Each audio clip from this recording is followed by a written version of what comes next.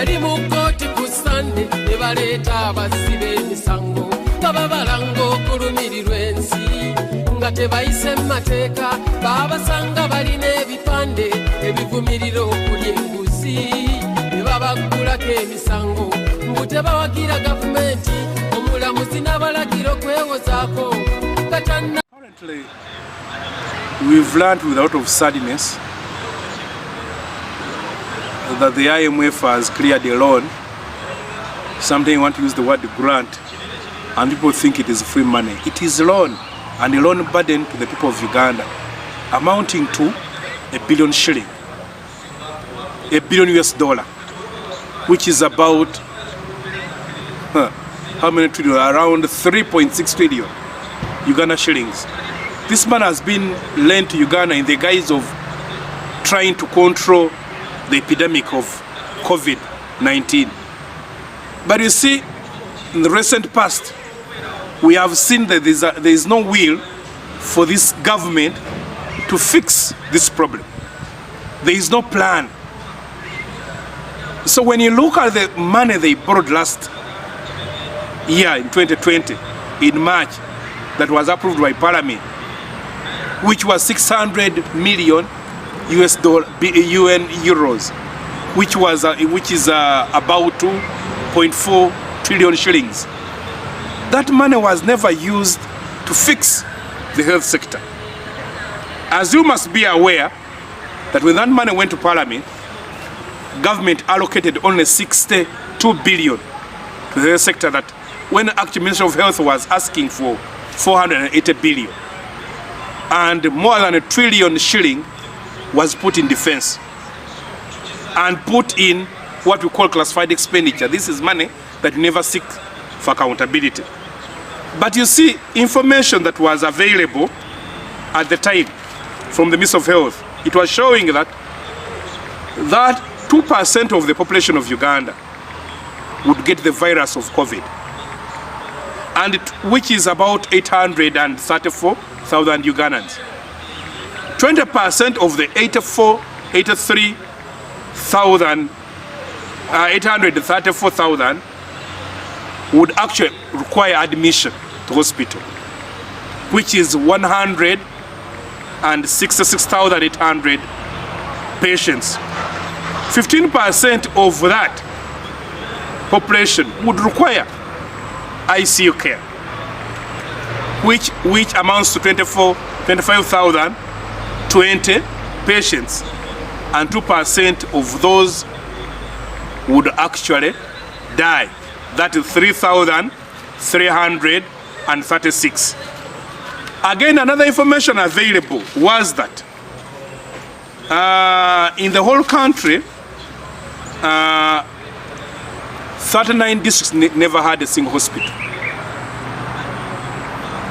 The whole hospital, the number of hospital beds in the whole country was 48,000 beds.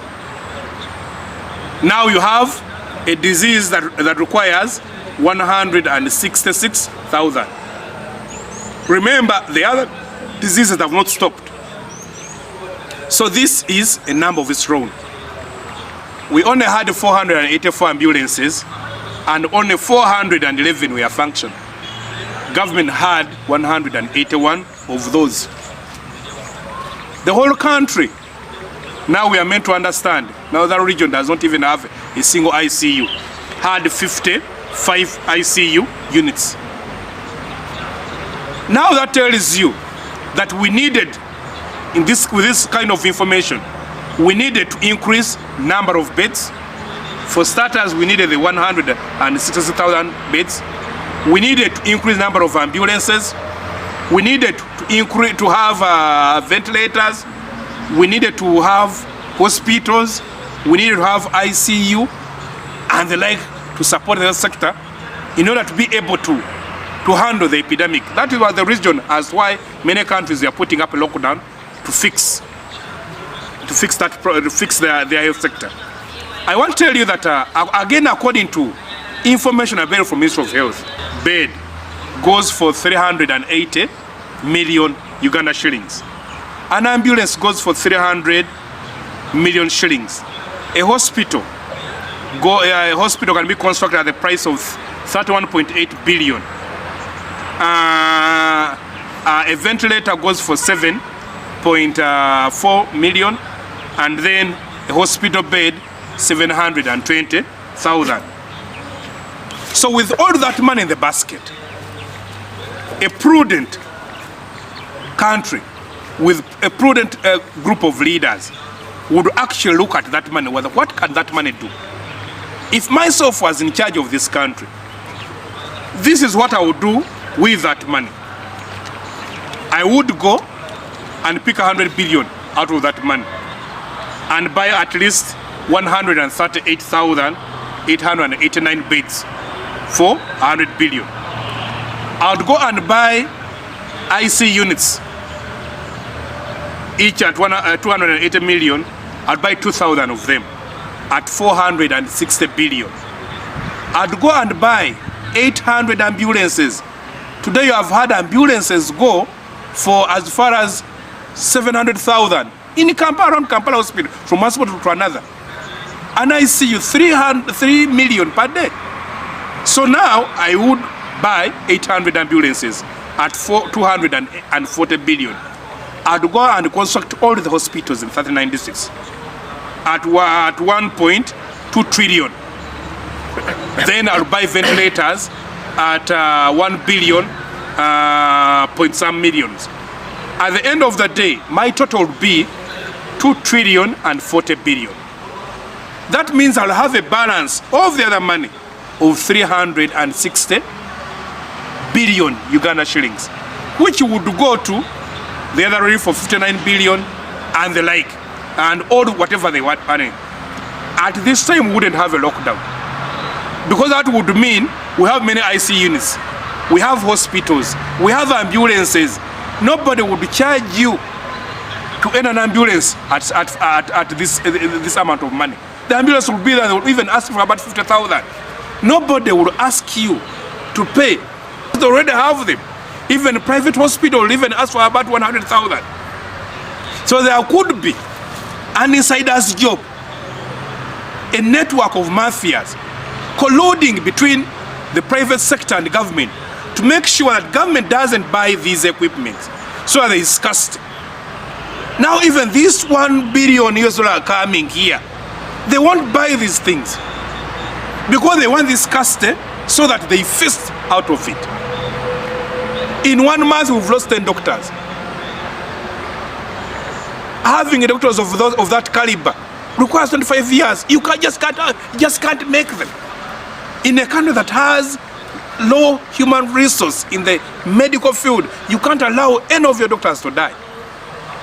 We have been told that about medical workers have spent 8 months not being paid risk allowances. And then we saw buildings mushrooming in an economy that was dead. We have heard Mr. Museveni say, I have asked the ministry to buy 42,000 beds. Asked, not even in parliament. Who will approve that money? And they said, we bought about 3,000. The reason why they have WUBOS, the Bureau of Statistics, is to give them these numbers. The reason why they have these reports that I am quoting is to, to make spending depending on what they have on paper. What can 3,000 bed do on this kind of problem? We are told now we have 280 IC units, and in Mulago, a national referral, with about 16. A national referral, 16. The whole of northern Uganda, 0. And you hear that now, they are asking, I gave you Chief Justice, to do what? I gave you Speaker, to do what? They have Secretary General, to do what? In the district of Omoro, where the Speaker comes from, there is no government hospital. In the district of Bukedea, where the Deputy Speaker comes from, there is no single hospital. You can look at all the list of districts, I have them. You may find they have the, people with, the highest profiles in government. So it is not the allocation of people that, they give you a ministry. It is not your ministry, it is Museveni's ministry. So this billion is being added on our tax burden, on our loan burden. Today, there's a 1.5 million Uganda shillings debt on everybody's head. This money coming in, possibly another 100,000 will be added on your head as they increase more. By the end of the year, you will be required to pay 2 million Uganda shillings as your debt. The question is, what are the benefits? We are not against borrowing. We are only asking for accountability. What do you use these loans for? If there are some tangible solutions, then we wouldn't be, lamenting, crying. We would say, yes, there is a hospital there. There is an ambulance. Doctors are paid for. You can't send doctors who are frustrated. Soldiers, Mr. Museveni answered the language of the military. You can't send hungry soldiers on war. It is just a joke. As it works in war, it even works in this field. A man who has not left sugar in his house, who hasn't left food in his house, and you are asking him to go and look after patients with even a risk of contracting the disease. 10 of them now dead, and other nurses, I don't know the numbers. You're asking that Uganda to go and risk their lives, not because there is no money, and they hear some people are eating the money. That is the highest level of treason Mr. Museveni and your government have done to us.